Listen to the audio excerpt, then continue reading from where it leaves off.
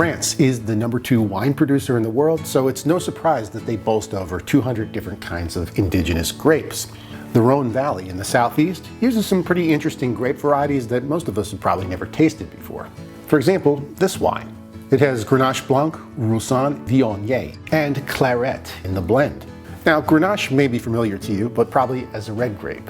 Blanc, or the white version, is a little bit more rare.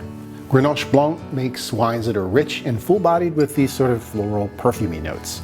Roussanne is named after the russet color of its skin and is probably best known for its funky chamomile tea-like quality. Viognier is most famous in the northern Rhone, where it makes some really thick, heady white wines.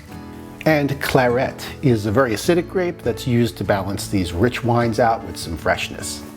So this is very creamy and nutty. Roussanne tends to oxidize fast, so it gives the wine an almond, almost a marzipan kind of sensation.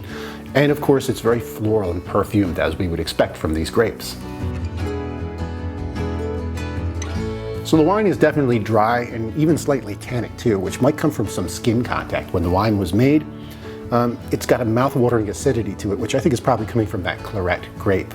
It's very creamy and full-bodied, and predominantly has these flavors of green melons. I guess honeydew melon would come to mind. Well, this Rhone Valley White has a little bit of everything in here. It's zesty, yet it's full-bodied. It's nice and creamy and smooth. Very perfumed, too.